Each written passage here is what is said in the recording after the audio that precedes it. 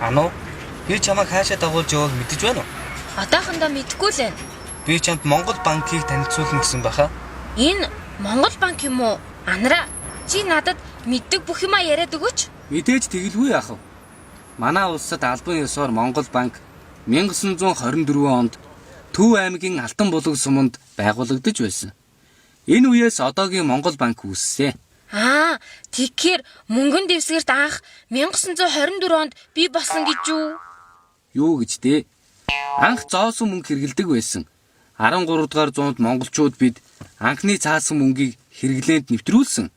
Харин бид манжийн дарлалд байх үе буюу 17-оос 19-р зууны ихэнх үе хүртэл мөнгөн дэвсгэртийг хэрэглэхээ болж арьс нэхий алт мөнгөөр арилжаа намаа хийдэг болсон. Монгол банк үүсгэн байгуулагдаж мөнгөн дэвсгэрт дахин гүйлгээнд орсон. Анараа, Төв банк яг юу хийдэм бэ? Би энэ талаар сайн судлаагүй юм байна. Сайн байцгаана уу хүүхдүүд? Намайг Төгөрхөн гэдэг. Би та хоёрт Төв банкны талаар мэдлэг олоход чинь туслая. Монгол банк нь тухайн хууль зааснаар дараах 6 чиглэлээр үйл ажиллагаа явуулна. 1-р мөнгөний бодлого боловсруулж хэрэгжүүлэх. 2-р засгийн газрын санхүүгийн зуучлагчийн үүрэг гүйцэтгэх. 3-р банк хоорондын төлбөр тооцоог зохион байгуулах. 4-р гадаад валютын улсын нөөцийг эзэмшиж удирдах. 5-р банкны үйл ажиллагаанд хяналт тавих. 6-р мөнгөн тэмдэгт гүйлгээнд гаргах юм. Тэгвэл иргэд Төв банктай харилцах боломжтой гэж юу? Болохгүй.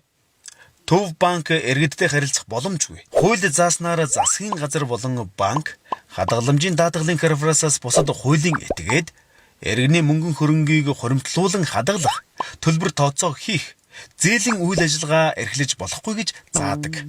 Тэгвэл Төв банк ашигын төлөө бус байгууллага юм байна шүү дээ. Тийм ээ. Мөнгөний бодлого гэж яг юу юм бэ? Тэр нь яад вэ? Мөнгөний бодлого гэдэг нь зах зээлд мөнгөний нийлүүлэлтээр дамжуулаад эдийн засгийг удирдах бодлогыг мөнгөний бодлого гэнэ. Тэгэхээр энэ бүхнийг мөнгөний бодлого гэдэм байх штэ. Тэгэлгүй яах вэ? Тэр инфляц өснө гэдэг юм. Тэр нь юу гэсэн үг вэ? Би тэр инфляцийг чинь авч өрөөсөө үзээгүй.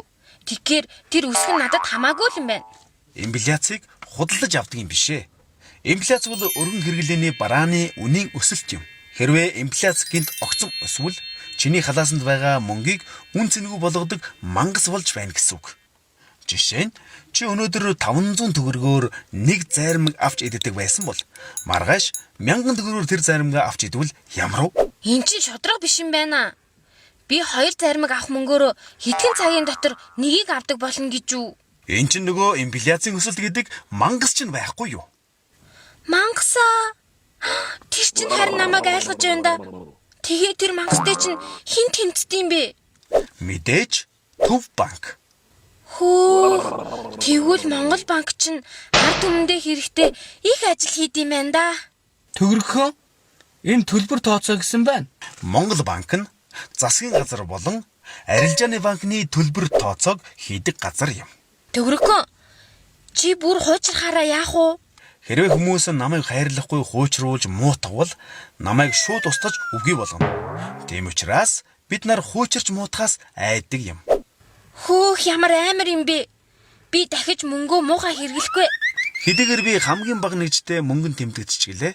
Бусад том ах нартайгаа ойролцоо үнээр хэвлүүлдэг. Тэгвэл жижиг дэвсгэртийг ч гэсэн гамтаа хэрэглэх ёстой юм байна шүү. Төгөрхөн, чамайг хаана хэвлэдэг юм бэ? Намайг гадаадын оронд их хол хэвлүүлдэг.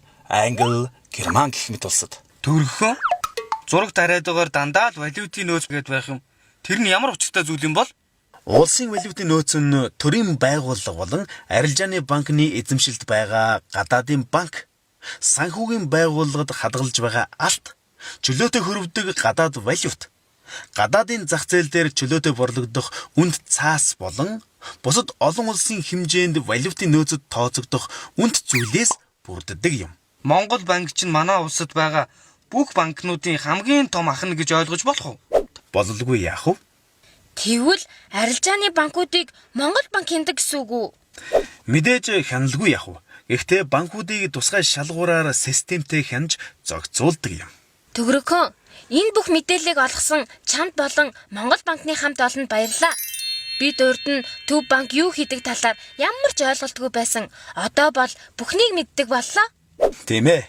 Бидэнтэй хамт Монгол банкар зочилсон та бүхэнд баярлалаа. Дараа дахин зочлоорой. Баяртай.